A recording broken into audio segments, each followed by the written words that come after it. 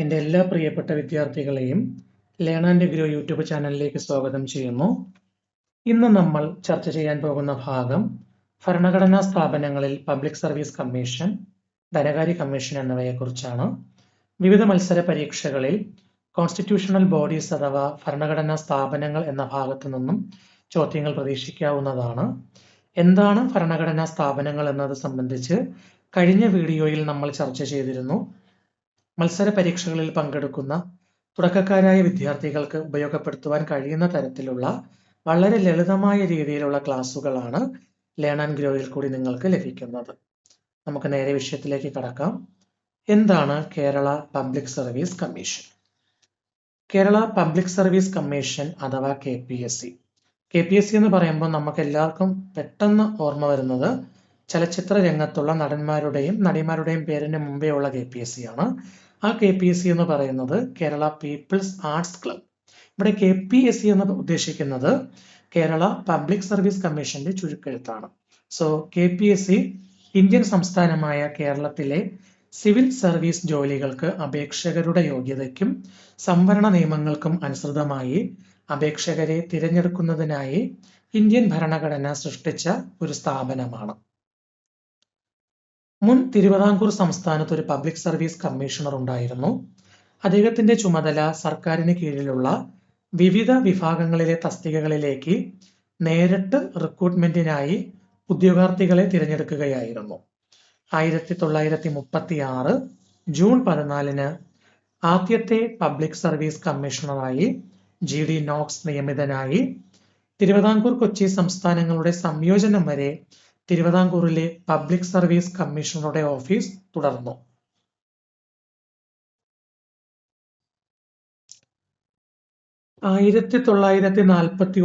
July 1 Thiruvithamkur Kochi എന്നീ രണ്ട് നാട്ടുരാജ്യങ്ങളെ സംയോജിപ്പിച്ച് തിരുവിതാംകൂർ കൊച്ചി സംസ്ഥാനം രൂപീകരിച്ചു.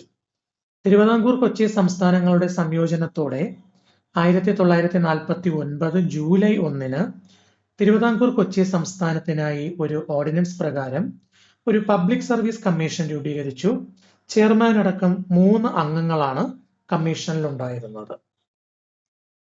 സംസ്ഥാനങ്ങളുടെ പുനഃസംഘടന 1956 നവംബർ 1 സംസ്ഥാനങ്ങളുടെ പുനഃസംഘടനയുടെ ഫലമായി 1956 നവംബർ 1 കേരള സംസ്ഥാനം രൂപീകൃതമായതോടെ Thiruvithamkur Kochi public service commission Kerala public service കമ്മീഷനായി രൂപാന്തരപ്പെട്ടു. കേരള പബ്ലിക് സർവീസ് കമ്മീഷന്റെ ആദ്യ ചെയർമാനായിരുന്നു വി കെ വേലായുധൻ.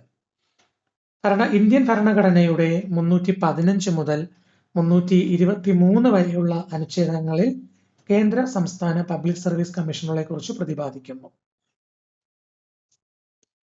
ഇനി നമുക്ക് കുറച്ച് ക്വസ്റ്റ്യൻസ് നോക്കാം.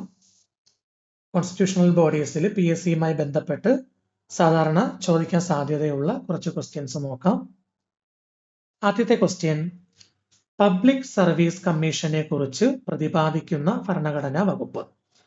പബ്ലിക് സർവീസ് കമ്മീഷനെ കുറിച്ച് പ്രതിപാദിക്കുന്ന ഭരണഘടനാ വകുപ്പ് അനുച്ഛേദം 315 അല്ലെങ്കിൽ ആർട്ടിക്കിൾ 315 പബ്ലിക് സർവീസ് കമ്മീഷനെ കുറിച്ച് പ്രതിപാദിക്കുന്നത്.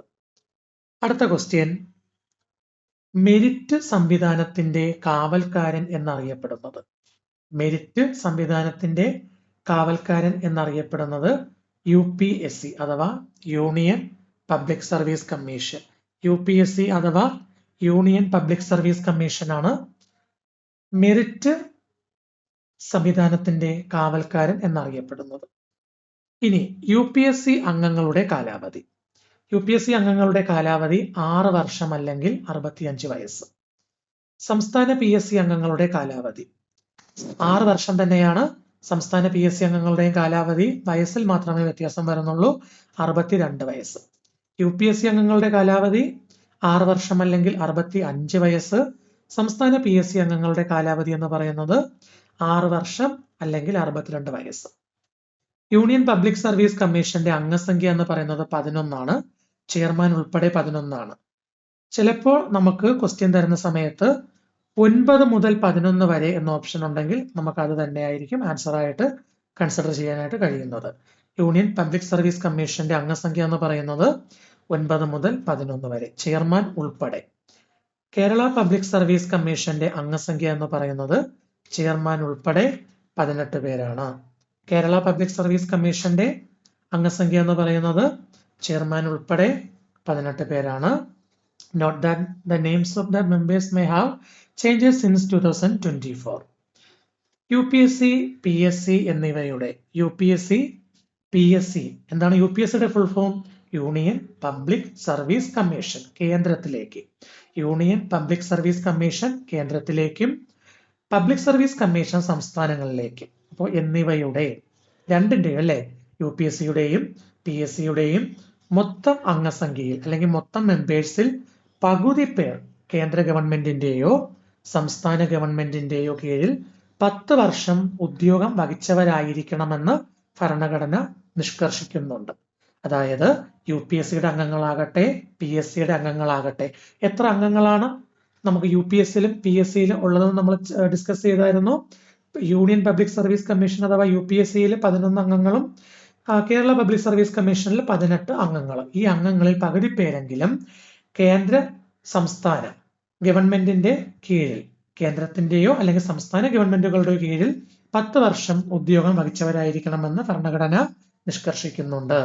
അതുപോലെ മറ്റൊരു പോയിന്റ്, വിരമിച്ചതിന് ശേഷം UPSC ചെയർമാന് കേന്ദ്ര സംസ്ഥാന ഗവൺമെന്റുകളുടെ കീഴിൽ ഒരു ഉദ്യോഗവും വഹിക്കാൻ കഴിയില്ല. UPSCയുടെ ആദ്യ ചെയർമാൻ എന്ന് പറയുന്നത് സർ റോസ് ബാർക്കർ. UPSCയുടെ ആദ്യ ചെയർമാൻ 1926 മുതൽ 1932 വരെ സേവനമനുഷ്ഠിച്ച സർ റോസ് ബാർക്കർ ആണ്. UPSCയിൽ അംഗമായ ആദ്യ മലയാളി. ഈ ഒരു ചോദ്യം PSCയുടെ വിവിധ പരീക്ഷകളിൽ വർഷങ്ങളായി റിപ്പീറ്റ് ചെയ്ത് കാണുന്ന ഒരു ചോദ്യമാണ്. UPSCയിൽ അംഗമായ ആദ്യ Malayali. Answer doctor KG Adiyodi. Kerala public service കമ്മീഷന്റെ ആദ്യ ചെയർമാൻ. കേരള പബ്ലിക് സർവീസ് കമ്മീഷന്റെ ആദ്യ chairman EK Velayudhan. Kerala public service കമ്മീഷന്റെ ആദ്യ ചെയർമാൻ EK വേലായുധൻ. ഒരിക്കൽ കൂടി, UPSCയുടെ ആദ്യ ചെയർമാൻ സർ റോസ് ബാർക്കർ. UPSCയിൽ അംഗമായ ആദ്യ Malayali doctor KG Adiyodi. Kerala public service കമ്മീഷന്റെ ആദ്യ ചെയർമാൻ EK വേലായുധൻ. ഇനി നമുക്ക് നോക്കാം നിലവിലെ UPSC ചെയർമാൻ.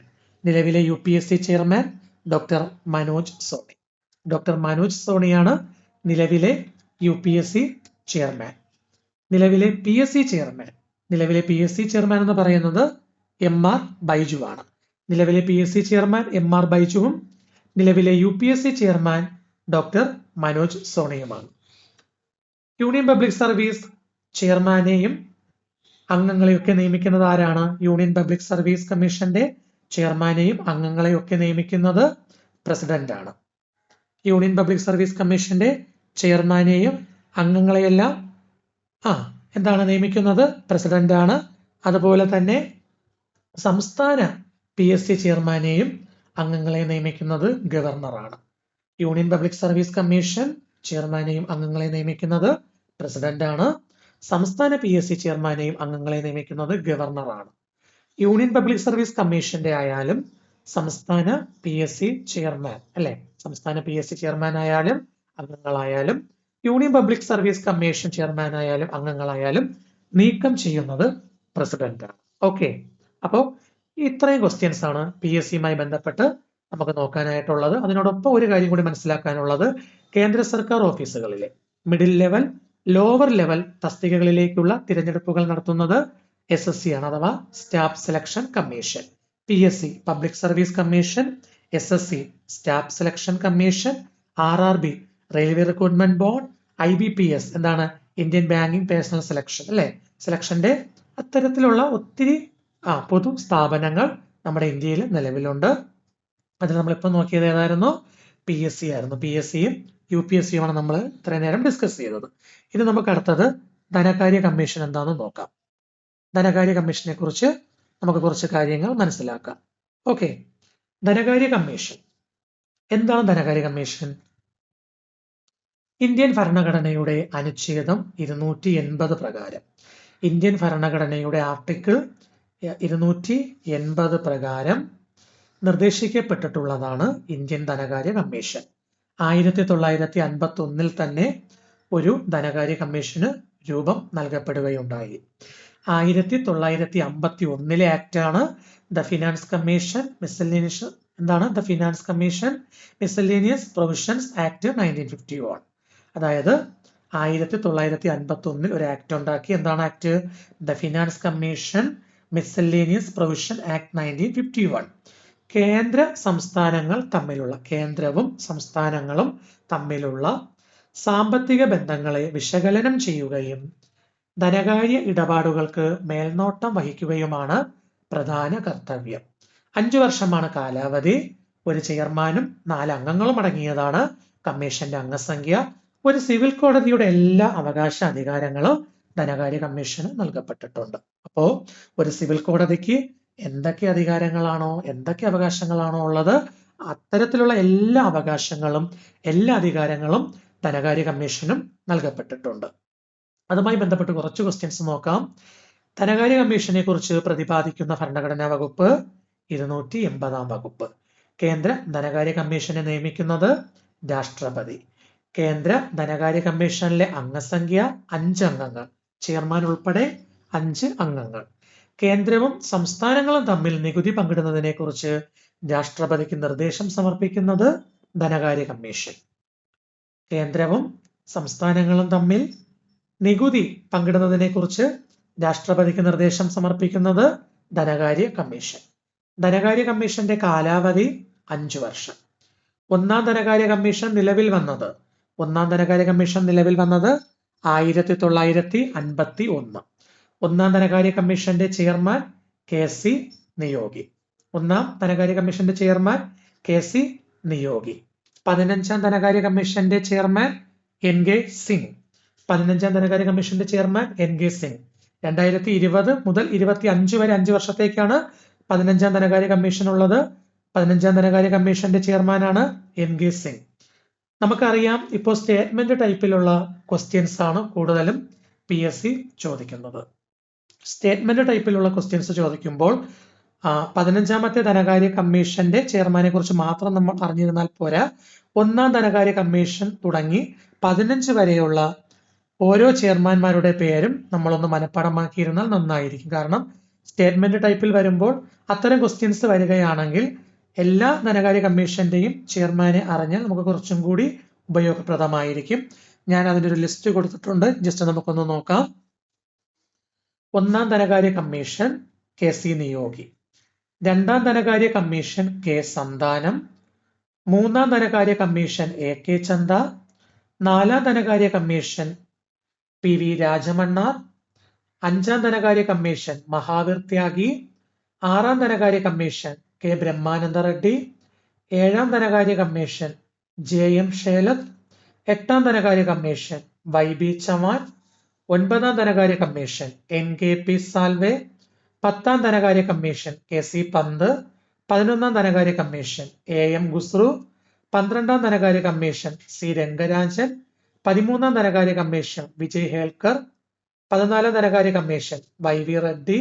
15ാം ധനകാര്യ കമ്മീഷൻ നിലവിലത്തെ ധനകാര്യ കമ്മീഷൻ NK സിംഗ്. ഒന്നാം ധനകാര്യ കമ്മീഷൻ, രണ്ടാം ധനകാര്യ കമ്മീഷൻ, മൂന്നാം ധനകാര്യ കമ്മീഷൻ ഉൾപ്പെടെ അത്യാവശ്യം ഒരു 10ാം ധനകാര്യ കമ്മീഷൻ തൊട്ടുള്ളതെങ്കിലും നമ്മൾ ചെയർമാൻമാരുടെ പേര് മനഃപ്പാഠമാക്കിയാൽ വളരെ നന്നായിരിക്കുമെന്ന് തോന്നുന്നു. അതുപോലെ തന്നെ മറ്റ് കുറച്ച് ക്വസ്റ്റ്യൻസും കൂടെ നമുക്ക് നോക്കാം. കേന്ദ്ര ധനകാര്യ കമ്മീഷനിൽ അംഗമായ ആദ്യ മലയാളി. നമുക്കറിയാം, നമ്മൾ ഏതൊരു കമ്മീഷൻ എടുത്താലും ഏതൊരു സ്ഥാപനങ്ങൾ എടുത്താലും നമ്മുടെ മലയാളികളുടെ കയ്യൊപ്പ് പതിയാത്ത സ്ഥാപനങ്ങളും ഇടങ്ങളും വളരെ ചുരുക്കമാണ്. അതുപോലെ തന്നെ കേന്ദ്ര ധനകാര്യ കമ്മീഷനിൽ അംഗമായ ആദ്യ മലയാളി ആരാണ്? BP മേനോൻ. ഒന്നാം ധനകാര്യ കമ്മീഷനിലായിരുന്നു അദ്ദേഹം അംഗം. BP മേനോനാണ് കേന്ദ്ര ധനകാര്യ കമ്മീഷനിൽ അംഗമായ ആദ്യ മലയാളി. 1951 ഒന്നാം ധനകാര്യ കമ്മീഷനിൽ തന്നെയായിരുന്നു മലയാളിയായ അദ്ദേഹം അംഗമായിരുന്നത്. കേന്ദ്ര ധനകാര്യ കമ്മീഷനിൽ മെമ്പർ സെക്രട്ടറിയായ ആദ്യ മലയാളി ആരാന്ന് നോക്കണം. 4ാം ധനകാര്യ കമ്മീഷനിൽ മെമ്പർ സെക്രട്ടറി ആയിട്ടിരുന്ന PC മാത്യു ആയിരുന്നു. സോ ധനകാര്യ കമ്മീഷൻ തന്നിട്ടുണ്ട്, അതിന്റെ ചെയർമാന്റെ ലിസ്റ്റും തന്നിട്ടുണ്ട്. സോ അതെല്ലാം നിങ്ങൾ നന്നായിട്ടൊന്ന് പഠിക്കുക. നമ്മൾ കഴിഞ്ഞ വീഡിയോയിൽ ഡിസ്കസ് ചെയ്തിരുന്നത് സംസ്ഥാന തിരഞ്ഞെടുപ്പ് കമ്മീഷനെ കുറിച്ചായിരുന്നു, അതുപോലെ കേന്ദ്ര തിരഞ്ഞെടുപ്പ് കമ്മീഷനെ കുറിച്ചായിരുന്നു. ഇന്ന് നമ്മൾ ധനകാര്യ കമ്മീഷനെ കുറിച്ചും പബ്ലിക് സർവീസ് കമ്മീഷനെ കുറിച്ചും ഡിസ്കസ് ചെയ്തു. അടുത്ത ഒരു ക്ലാസ്സിൽ CAG നെ കുറിച്ചും അറ്റോർണി ജനറലിനെ കുറിച്ചും നമുക്ക് ഡിസ്കസ് ചെയ്യാം.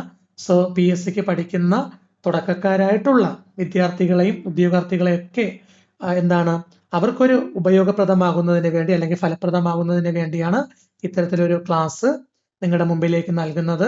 ഈ ക്ലാസ് നന്നായിട്ട് കാണുക, നന്നായിട്ട് മനസ്സിലാക്കുക. അടുത്തൊരു ക്ലാസ്സുമായിട്ട് നമുക്ക് വീണ്ടും കണ്ടുമുട്ടാം.